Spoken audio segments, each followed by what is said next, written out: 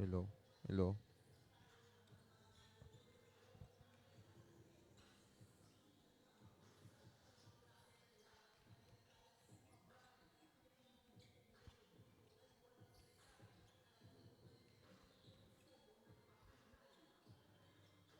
Hello.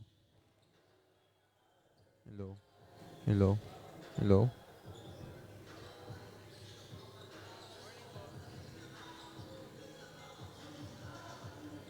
Hello. Hello.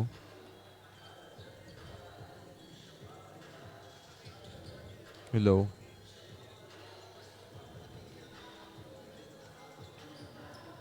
Hello. Hello. Hello.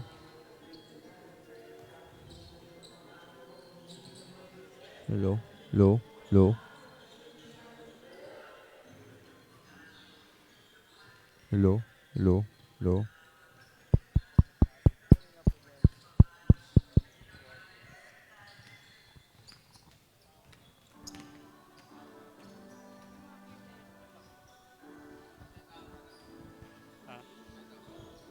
Hello, hello. Mic check, mic check.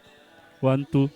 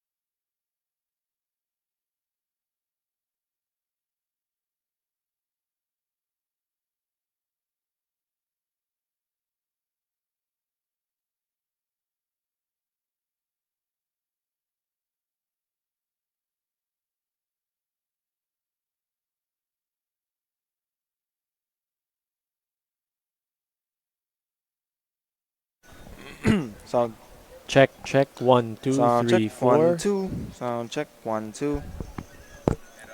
Meron, yeah. Meron. Check, check. One, two, three, four. One, two, three, four. Sound 1, 2. Sound check.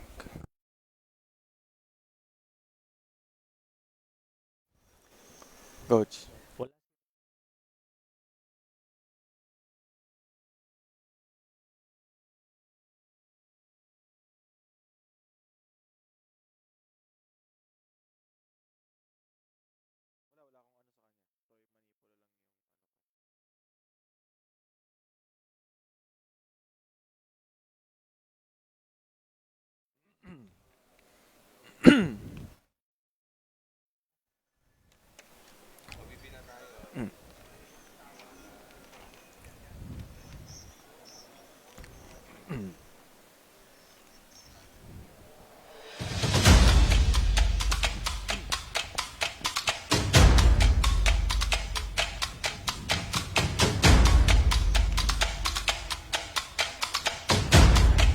Bawat team na naririto, salamat po sa pagpapaundak na sumali kayo sa first season po ng FEBL. Salamat po sa pagtitiwala nyo. Pinapangako namin, lalo pa namin pagagandahin po ang ligang ito hanggang matapos po.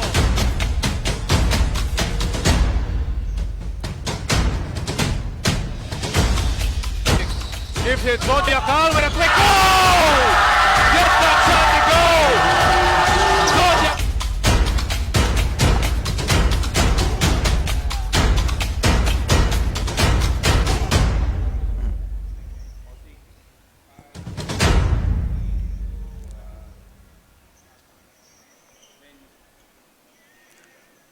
It's the third game of the elimination day ng FEBL Far East Basketball League. Kami naman na inaugural season powered by Easy Jersey, Nature Spring, and Fat Boys Pizza Pasta. Good afternoon, good morning, ladies and gentlemen. Charles Bechong here, Coach Anton De Los Reyes and Angelica Sarmiento at courtside. And for today, Coach, we will have 5 games, so it will be a day filled with basketball. And we can't ask for anything more. 5 games. That should be fun. 10 teams all in all for today. So for participating teams natin, like you mentioned, 10 ang ating kasali dito sa FEBL Far East Basketball League inaugural season. Kami naman, and definitely itong season na to magiging mahaba, Coach. Yes, it is going to be a double round robin format. You saw there earlier yung mga participating teams. So double round robin, 10 teams. That means there will be a total of 18 games for each of the teams. So talagang mahaba ang ating liga na to, Charles. That's why umpisahan na natin. So 5 games for today. For the first game, pamantasan ng lungsod ng Pasig going up against PCU in ang first game natin. And ang second game naman natin, Angeles University Foundation going up against Enverga University for a third game at 1 o'clock p.m. College of St. Catherine, Quezon City going up against Rizal Technological University for our fourth game, PMI Colleges versus Polytechnic University of the Philippines. And at our last game, Philippine International College going up against Arandia College. Pero Coach, pag-usapan muna natin yung first game. PLP, pamantasan ng lungsod ng Pasig, Green Warriors, 0-1 sila ngayon. They lost against PIC nung first game nila. So turnover story, they did lose in their first game. That was their first game in this tournament. 28 turnovers, so medyo mataas yan. They need to check that. 31 points given up due to turnovers. At naka-37 fast break points din ang kalaban because of those turnovers. That was a turnover story, yung kanilang first game. Pero one guy stood out. He was the lone and bright star for the Green Warriors, Mark Sampson. So Mark Sampson, 24 points, 7 rebounds. Yan ang kanyang ginawa for their first game. Actually, natulungan siya ni RD Fugen. 18 points ang naitala nitong si RD Fugen. Medyo ito lang yung mahirap sa dalawang player na to during that game. Yung turnovers, they contributed 11 out of the 28 turnovers. Para naman sa kabila, PCU Dolphins, ito naman galing sa dalawang panalo. So, 2-game winning streak ang PCU Dolphins. Currently, they are leading sa ating standings. Yung last game nila, come from behind yun. they did not get that lead until siguro mga natitira na lang, mga 3 minutes in that ball game until they got that lead. Para naman sa PCU Dolphins, one player stood out, the mid-range god, the mid-range specialist, Troy Moneyman Manipolo. So we have to give credit to our colleague, si Hans, for That's calling correct. him Troy Moneyman Manipolo. He did score 13 points, grabbed 11 rebounds. Ang masakit lang doon, medyo 2 out of 13 ang kanyang field goals for that game. Now, tulungan naman siya ni Mike Romero, si Motor Mike That's correct. Romero, ang super rookie ng PCU. 8 points, 10 rebounds. Kaso lang, again, 2 out of 8 field goals for 25%. So that's something that head coach B-Boy Simon no doubt addressed during their practice. Well, we will see more of that action in just a short while. Pero ibigay muna natin sa third member ng ating panel, Angelica Sarmiento.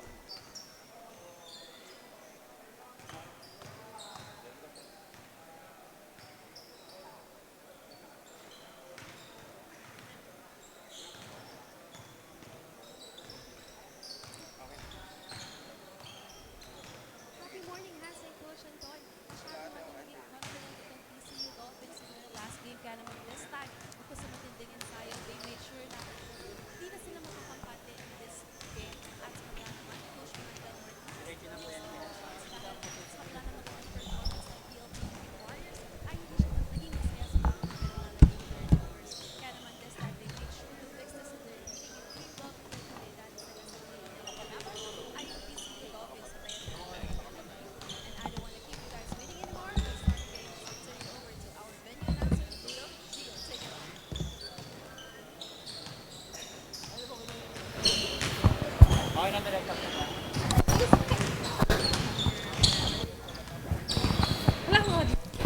Good morning, ladies and gentlemen. Welcome to Central Recreation and Fitness Center here in New Era, Quezon City, as we bring you the continuation of Far East Basketball League Season 1. First game, it's between the PCU Dolphins and the Pamantasan Lungsod ng Pasig Green Warriors. And now let's meet the starters, beginning with the PCU Dolphins. Starting guard number 4, Christian Austria. Other guard number 22, Troy Manipolo. Starting forward number 10, Lionel Filon. Other forward number 81, Don Pasqua. And playing center number 25, Aaron Zita. Head coach of the PCU Dolphins, Oscar B-Boy Simon. And now let's meet the starters from the PLP Green Warriors. Starting guard number 7, Nico Corpus. Other guard number 8, Roland Fugen. Other forward number 9, Benji Santos. Forward number 15, Angelo Padilla. And man in the middle, number 17, Mark Thompson. Head coach of the PLP Green Warriors, Romualdo Intalan III. Our game officials, Crew Chief Rebel Canielas, Umpire 1 on the Espiritu, Umpire 2 Edu Agua. This is the Far East Basketball League.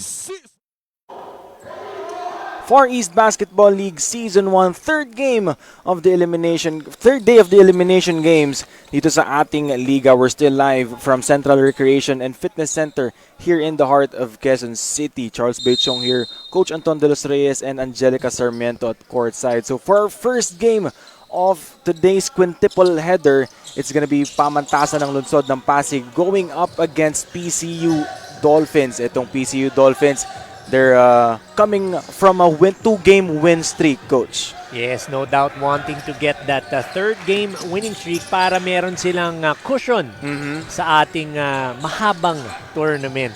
Habang ito namang Pamantasan ng Lungsod ng Pasig, still winless pa rin sila dito. Though 0-1, still early here in the season. Pero maganda pa rin na makakuha na ng sabi mo, anong cushion or ng puhunan na panalo. That is correct kasi alam naman natin, pagdating sa dulo, medyo nagiging tight ang labanan because remember, this tournament is a double round robin format. The top 4 teams will advance with the team seeded 1 and 2 with the twice to beat advantage. So imagine from 9 teams, 10 teams, 4 lang ang makakaangat sa ating playoff round. Meantime, score is tied at 2 apiece. Galing kay Dan Pasqua and Mark Samson. Meantime, 5 seconds on the shot clock na. Wala pa sa kanilang bola. Samson doesn't have the numbers. Mark Samson pa din. Natapikan. Takbo ngayon ng mga nakaputi. Filon against 2. Gathers and scores. So Lionel Filon, this is one of the players that we've been looking out for. He has the advantage in terms of height and heft. Very, very strong player in their last game. 4.6 rebounds ang kanyang na-score. Ito naman tayo sa kabila. Padilla, now to Samson. Open for a 3. Kanya pa rin ang bola. Fresh 14 para sa Green Warriors. Santos offers the pick. May double naman agad dyan ng Dolphins. Santos with 6. Nakakuha ng foul. Coming into this game, itong pamantasan ng lungsod ng Pasig, you can see their body language that they really want to get that first win and get on that winning column dito sa liga natin. Dahil sabi nga nila, preparation nila to for their mother leagues. So this is a really, really great opportunity to showcase their talent and matesting kung paano ba sila nag-gel as a team. They are a very young team. Yan ang na-mention sa atin ni head coach D. Intalan. So yung in-game adjustments daw, medyo dyan sila nahihirapan. But you are correct. They do have a mother league that they're going to be playing at. This is the first tournament of the year for this team. So preparation yan para sa kanilang LCUAA. Yan yung kanilang mother league. Habang ito namang PCU Dolphins, calm and composed. Kanila pa rin ang bola. They go out to Manipolo. The mid-range god. Kita mo, coach, hinaharangan na kaagad siya sa mid-range. So, talagang dumidikit na at expected na-scout na si Moneyman Manipolo. Hindi mo pwedeng iiwan Pagka na-beat ka tapos hahabol ka lang. Wala, mahirap. And he also has that quick first step to be able to get it inside as well. He knows how to use yung kanyang katawan to be able to get off yung mga layups, mga short under goal stabs. Kayang-kaya niyang gawin. So, very unusual itong nakita natin kay Troy Manipolo. Sablay ang unang 2 tira. That is unusual because during their first game against CSC, yung first 9 points niya, puro free throw yun. Oh. It was only until the 4th quarter na naka-field goal siya. Meantime, that Corpus layup is a miss. Ito na ulit ang PCU Dolphins. A lot of time on their shot clock. Now it's with Manipolo. Charles Esguerra. Now to Austria. Down to 8. Austria against Padilla. Gets fouled. Christian Austria taking it strong to the hole. Able to get that foul. He'll take 2. Down lang daw. Baba lang daw. Okay. Ang maganda dito sa inbound. Ang maganda dito sa team ng PCU, coach, talagang collective effort sila. I mean, Troy Manipolo, sa kanya lang talaga pumapatak yung bola kapag wala nang nangyayari doon sa kupunan nila. Kumbaga, siya yung bailout guy nila because they know that he can create. And that's something that, is a luxury to have yung meron kang ganyang player that can bail you out of situations. Pag wala na nangyayari, sa kanya mo lang ibibigay. Yes, siya na ang magke-create. So napakaganda ng ganyang klaseng player to have on your team. kung may Troy Manipolo dito sa PCU Dolphins, may Mark Samson naman dito sa pamantasan ng lungsod ng Pasig. At meron ding Nico Corpus. Yan ang sinabi sa atin ni Coach Di Intalan. na talagang yan ang inaasahan nila because he's the one that controls the game for this PLP team. Unusual start for these two teams, no? Almost halfway na tayo ng first quarter. 4-2 pa lang yung score natin. Well, make that 3 coming from Samson. So medyo low-scoring ball game that we have today. Still getting their bearings. But PCU, they're not really the quickest of teams. As you see, Coach Martires, ang assistant coach / team consultant ng PLP. No doubt very familiar sa ating mga manonood yan. But going back, yeah, they're not really known to start out quick. Medyo tinatansya-tansya nila at nag-a-adjust si Head Coach B-Boy Simon because magaling mag-adjust to si Head Coach B-Boy Simon. Well, basketball is a game of adjustments naman talaga, Coach, di ba? Yes. It's a matter of how you're going to react to what the other team does. May mga ibang coach, they adjust. May mga ibang coach, hindi sila mag-a-adjust. Ang gagawin nila, ikaw ang mag-adjust sa amin. Hindi nila sasabayan. Ikaw ang papalaruin nung kanilang laro. Yes, ganyan. And there is a particular coach that is a master of that we cover in one of the leagues. And that's correct. I want to give a shout out to head coach Tito Reyes. Tito Reyes, that's correct. Napakahusay na coach niyan. Meantime, you can see how they're defending Troy Manipolo right now. Palitan From the start ng of the game. Palitan ng mukha. Really, talagang in-your-face defense being shown by PLP kay Troy Manipolo. Yung bumabantay sa kanya, si RD Fugen. Isa rin yan sa mga naging instrumental players ng pamantasan ng lungsod ng Pasig.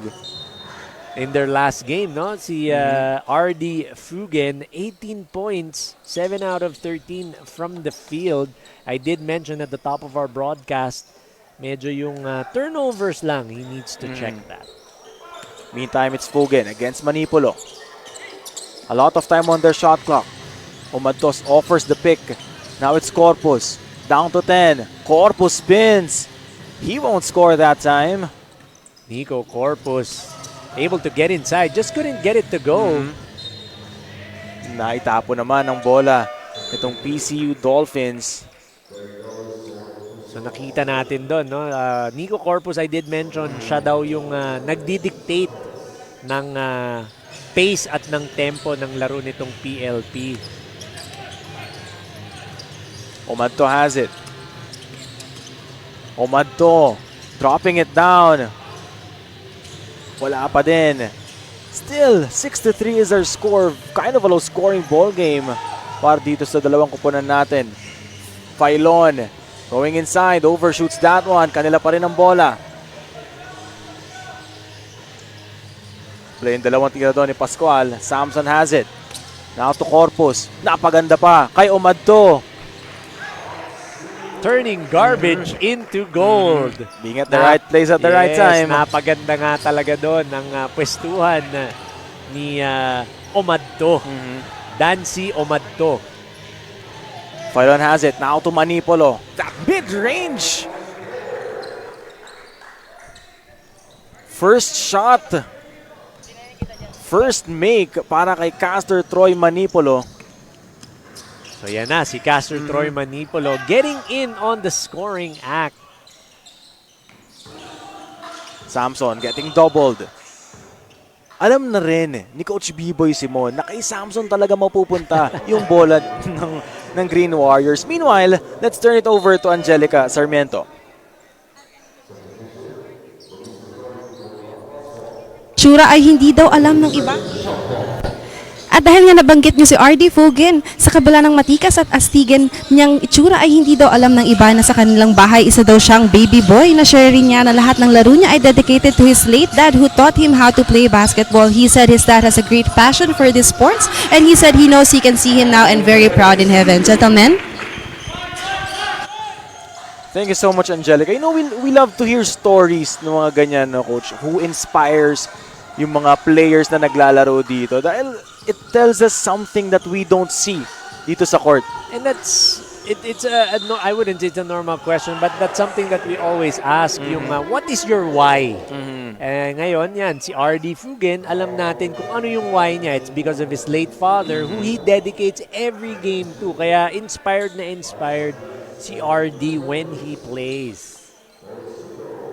Itong player na to, Coach Castor Troy Manipolo, kailangan tanungin natin kung anong why nito. Dahil isipin mo, Coach, sablay yung unang dalawang tira mo. Normally, yung mga ganyan, mawawalan ka ng kumpiyansa, di ba? Pero siya, 4 points agad. Now, some of you may be wondering, nasan si Motor Mike Romero, the super energetic rookie para dito sa PCU, who usually comes off the bench. Wala siya ngayon. He will not be suiting up because of a family situation. Nothing crazy, nothing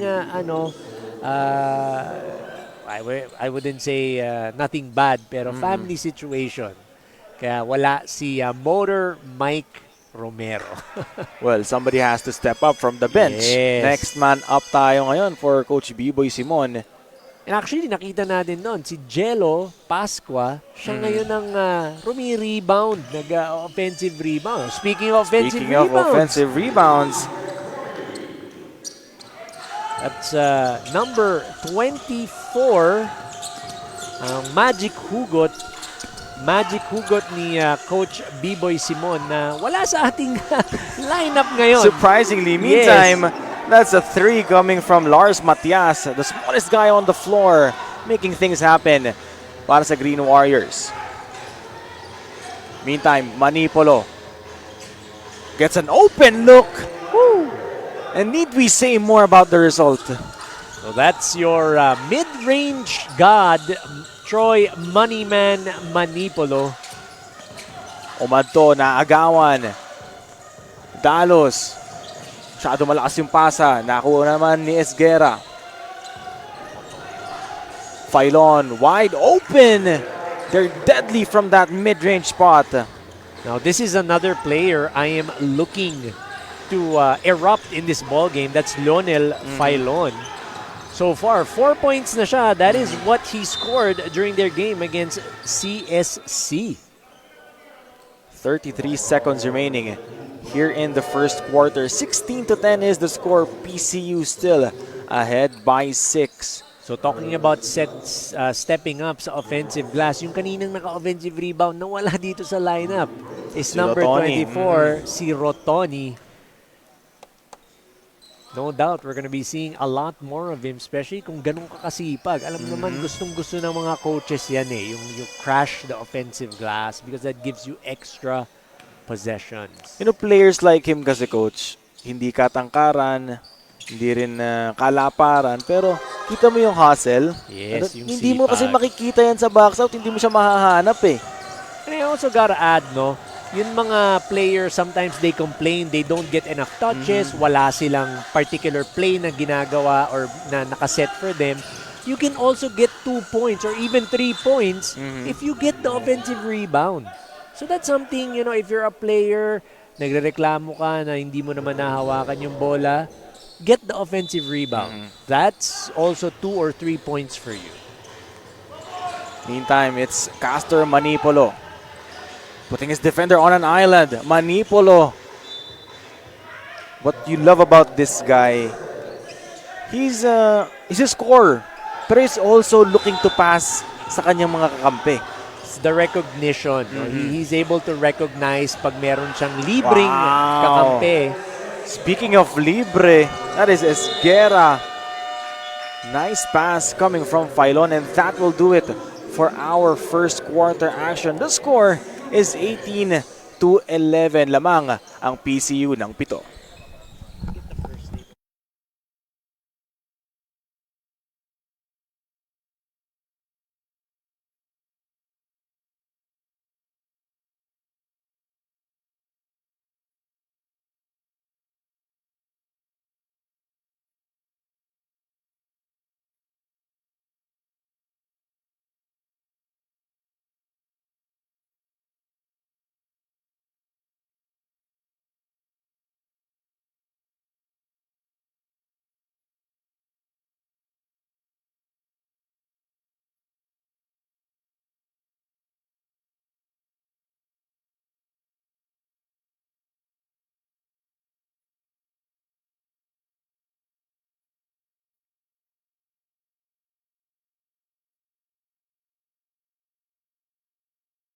Tignan ko lang. First quarter of action is done para sa ating first game ng ating quintuple header ngayong araw na ito. Charles Bechong here, Coach Anton de los Reyes and Angelica Sarmiento at courtside. And Coach, after the first quarter of action, 18-11 is the score. So for the first quarter, napakaganda ng shooting na pinakita ng PCU. That's why they have the lead. 9 out of 16 from the field, 56.3%. Habang ang PLP Green Warriors naman, 4 out of 12 for 33%. So no doubt, they need to convert ang talking about PLP. And para sa PCU naman, ituloy lang ang magandang pinapakita nila in today's ball game. Meantime, Castor Manipolo shaken up right now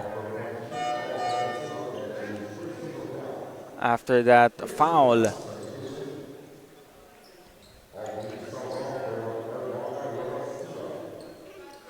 Holding on to his private sa mga The family jewels. The family jewels. part of your body that where you really don't want to get hit. So medyo yung free throw shooting that's ni correct. Troy Manipolo, medyo malamig today. He's 0 for 4. That's surprising, ha? But 1 for 5. 1 for 5. And I always say this, no, yung mga free throws, important yan because it gets your rhythm going. And I always say this as well, na makita lang ng shooter yan bumagsak sa net. It does wonders. Meantime, it's Fajardo on top of the kill against Filon. Unfamiliar territory para kay Fajardo. 5 seconds on the shot clock. Matias now to Clavecilla, down to 2. Great defense coming from the Dolphins. So the Dolphins showing their defensive might and their defensive prowess.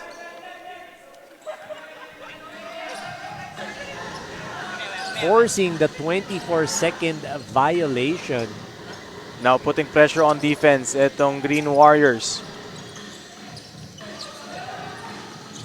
Easily broken naman ng PCU. It's Dalos going full head of steam.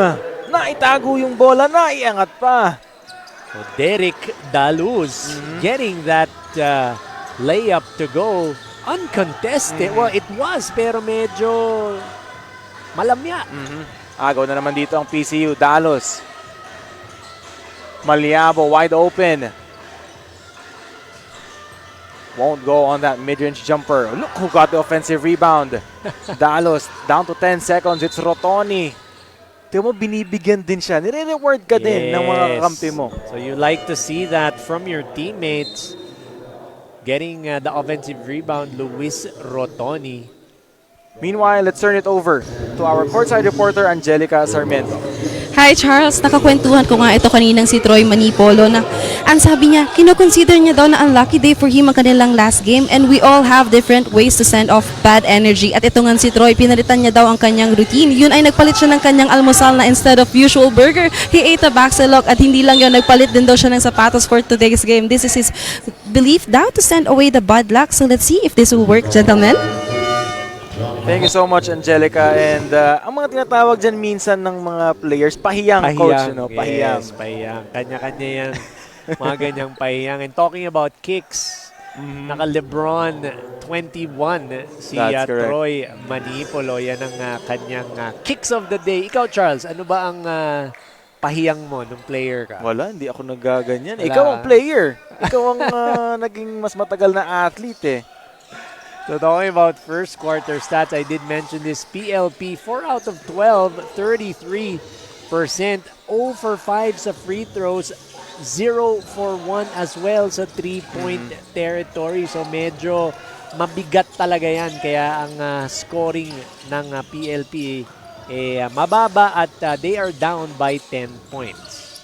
Meantime, Corpus na libre sa ilalim. Short! Kanila pa rin ang bola. Wala pa din. Having problems on the offensive side. Etong pamantasan ng lunsod ng Pasig.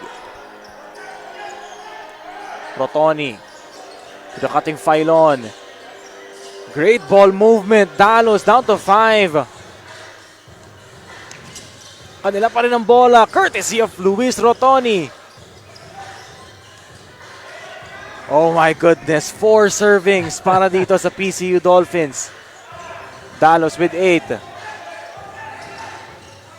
Dalos down to 5. Top of the key 3. Kanila pa rin. Esguera fighting for it. Finally. Height is being might. Dito. Yes. That is what's being shown by the PCU Dolphins, getting 5 offensive rebounds. That's correct.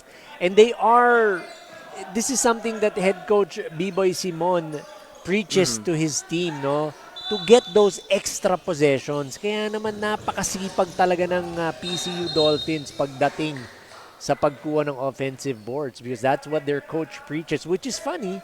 I wouldn't say funny, pero kasi si head coach B-Boy Simon, for you young folks out there, napakalupit na scorer niyan ng professional player yan sa NBA. He played for the Laguna Lakers. Deadly assassin, shooter from the outside. Itong si head coach B-Boy Simon, who coincidentally played under Coach Ed Cordero, who I worked with, one of the coaches that I look up to. Well, yung makukuhang knowledge Yes. nitong PCU Dolphins is just on another level. Isipin yung professional player. Yung Wealth magiging of coach knowledge, mo. yes. Wealth of knowledge talaga yung Just mga have to ganyan. be a sponge and absorb everything. Meantime, itong si Luis Rotoni, very rarely do we see players na pwede mong i-inject sa kahit na anong kupunan and will still be efficient. So he is one of those workhorses, hardworking player, making up for the absence of Motor Mike Romero. Parang hindi naman nila namimiss si Mike Romero ngayon Hindi dahil natin. andyan si Luis Rotoni. Baka hindi nila namimiss sa laro na to, Oo. pero I mean yung production, pero baka namimiss talaga nila. Siyempre, teammate nila. Meantime, 5:55 remaining here in the second quarter. 21-11 is the score. Pako na sa 11. Itong pamantasan ng lungsod ng Pasig. It's been almost 5 minutes. Wala silang score. Rotoni. Now to Dalos. 10 on the 24. Rotoni. They go inside. Esguera wide open. Not only does he rebound, not only does he defend well, Luis Rotoni can also pass. So that was a great baseline jumper locating his teammate for the easy bucket. RD Fugen still scoreless here in this game. Trying to find his groove. Pero may agaw dito si Nico Corpus. Pinoy step. Ganda naman nun. Great use of his body to protect that ball and get that layup to go. Talking about Nico Corpus. They need a lot more of that from him. Meantime, that's a miss coming from Rotoni. Pero kanila pa rin ang bola courtesy of Esguera. Maliabo a 3. Surprising yung mga nangyayari dito, especially in the rebounding section. So we are going to check the stats later on. No doubt, yung offensive rebounds in ng PCU Dolphins. Esguera was wide open.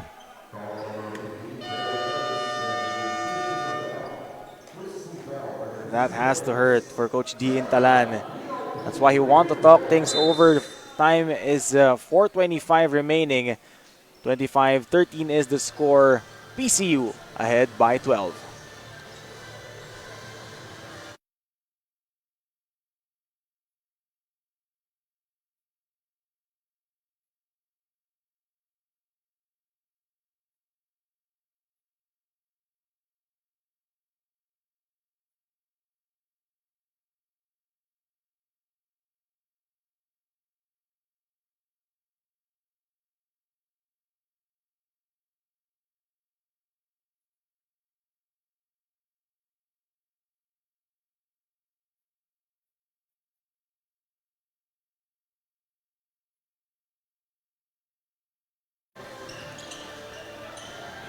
25-13 is the score. PCU playing very, very composed and relaxed basketball so far. Well, it is relaxed because when you look at it, Troy Manipolo, not even inside the ball game. The minutes, the heavy minutes being given to Derek Dalus by head coach B-Boy Simon. Meantime, RD Fugen still scoreless after 4 attempts from the 3. Kanila pa rin ang bola. Corpus going inside, kicks it out. Salva a 3. Wala pa din. Samson being well defended right now by the Dolphins. May agaw dito si Rotoni. Dalus. Fugen! Oh! Sayang yun. Omadto has the numbers. Against Rotoni! Return to sender, says Luis. Dalus. Traveling violation nga lang yun. Talk about that sequence, coach. Back and forth action we just saw. Nice defense by RD Fugen on Derek Dalus. Pero on the other end, Luis Rotoni, kung kaya ni RD dumipensa, kaya ko din dumipensa. Both teams showing great transition defense at this point of the ball game. Luis Rotoni was outnumbered. That was a 3-to-1 transition offense. Yes. But 3-on-1, no problem. Yan ang sabi ni Luis Rotoni. Being very serviceable. Itong si Luis Rotoni. Meantime, it's Corpus. 12 on the 24, Padilla. Corpus lines it up. He won't make that one. Oops. Napaapak.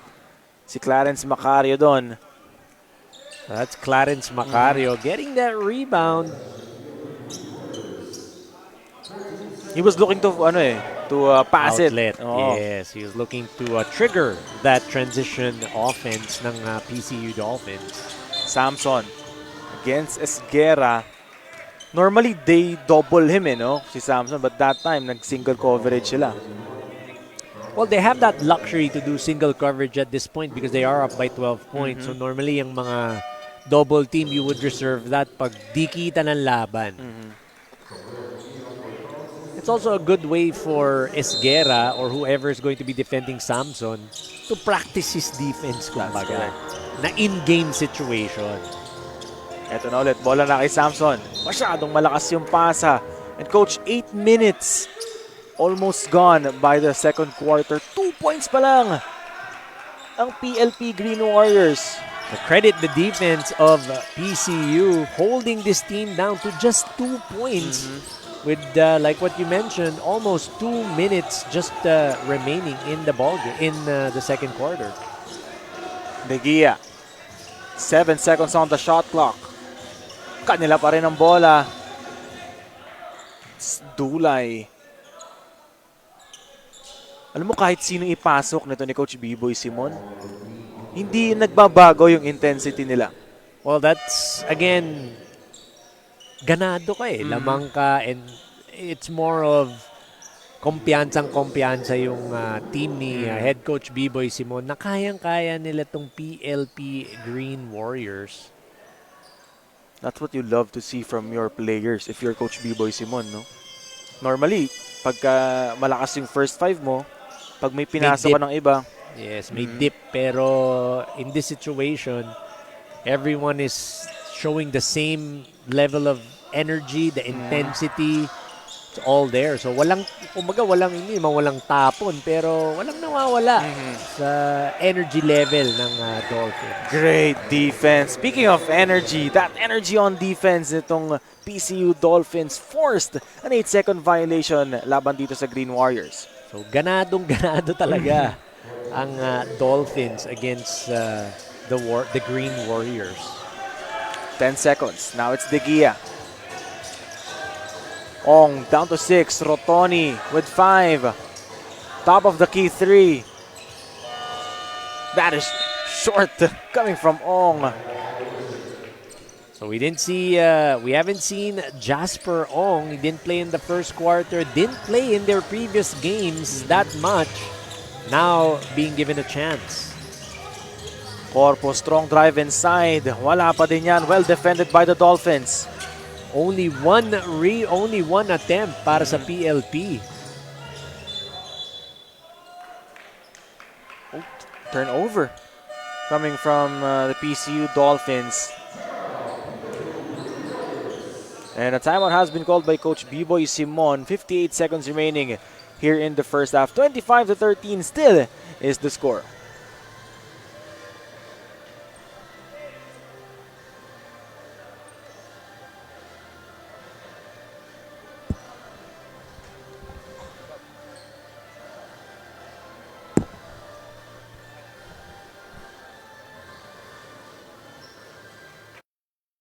Squad coach. 25-13. Playing very assertive basketball itong Philippine Christian University Dolphins so far. The defense of the Dolphins really leading the way para sa kupunan ni head coach B-Boy Simon. Kita mo naman, 13 points in the first half. Normally, yung 13 points, first quarter yan or quarter score yan. Tsaka yung second quarter ng Green Warriors, 2 puntos lang, habang PCU Dolphins, 7 points, respectable. Pero makikita natin yan how this game will develop later here in the second half when we return.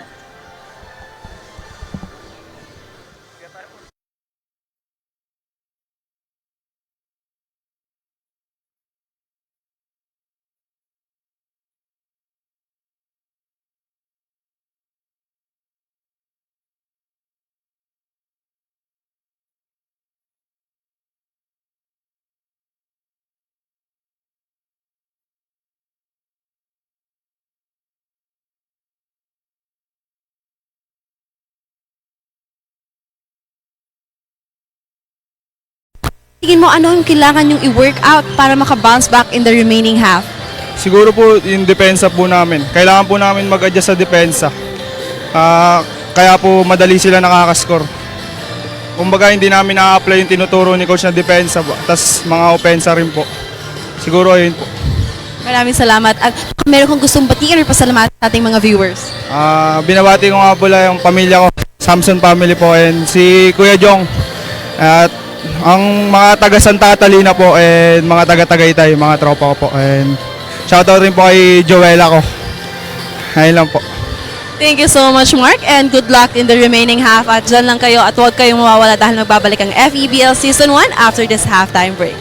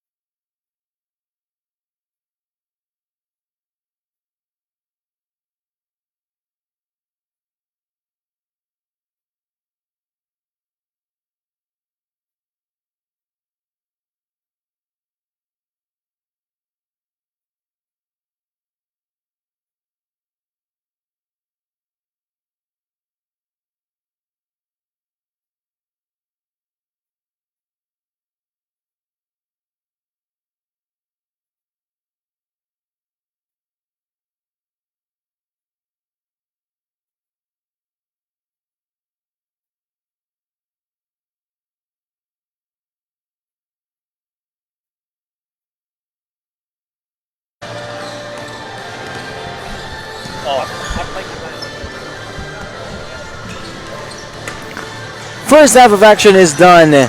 When we're going into the third quarter, we're still live here from Central Recreation and Fitness Center here in the heart of Quezon City para sa third day of the elimination games ng FEBL Far East Basketball League. Kami naman inaugural season powered by Fat Boys Pizza Pasta, Nature Spring, and Easy Jersey. Charles Bechong here, Coach Anton De Los Reyes and Angelica Sarmiento at courtside. And so far, Coach, during the first half, it has been PCU Dolphins nasa driver's seat ngayong game na to. So you can see here, PCU having a field day in terms of rebounds. They've gotten 15 offensive rebounds so far, totaling 30 rebounds in today's ball game, shooting 57% from the 2-point area. Yung 3 points lang ang masakit. So right now, you see on your screens, 22.7% for PLP, 5 out of 22. 38.7% naman para sa PCU. That's 12 out of 31. Points in the paint. Nagahari ang PCU, 14 points to 6.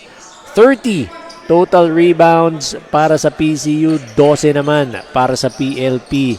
Bench points so far almost even at 10 to 8, favoring PCU's bench.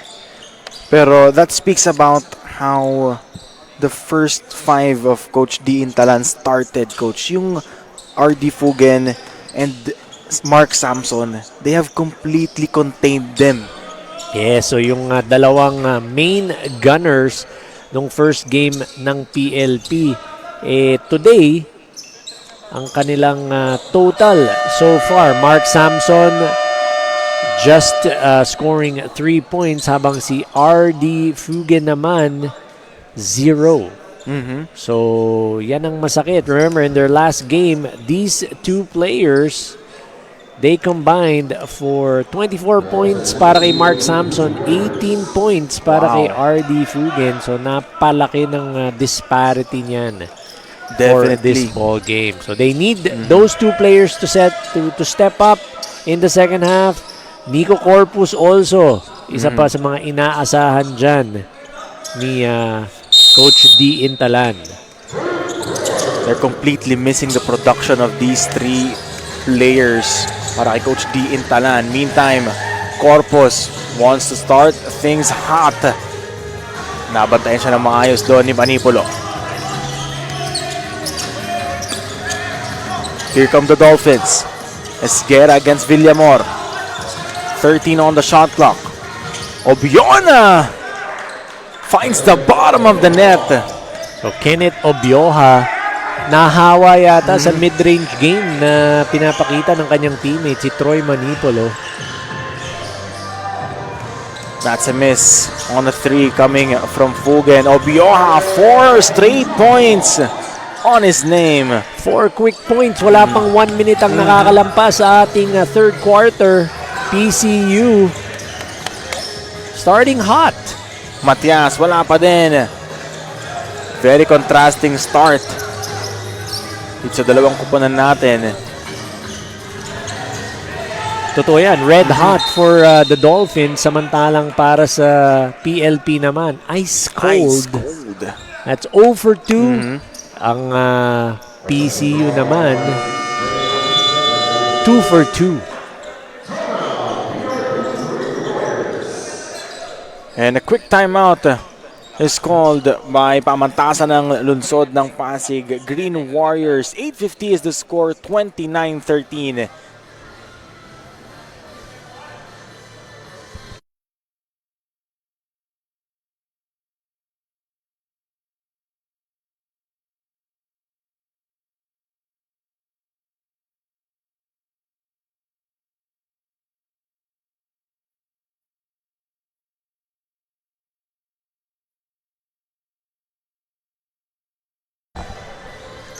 .850 remaining here in the third quarter. 29-13. 10 minutes ng since the second quarter. 10 minutes ng scoreless itong PLP Green Warriors. So the defense of the Dolphins really stepping up in today's ball game.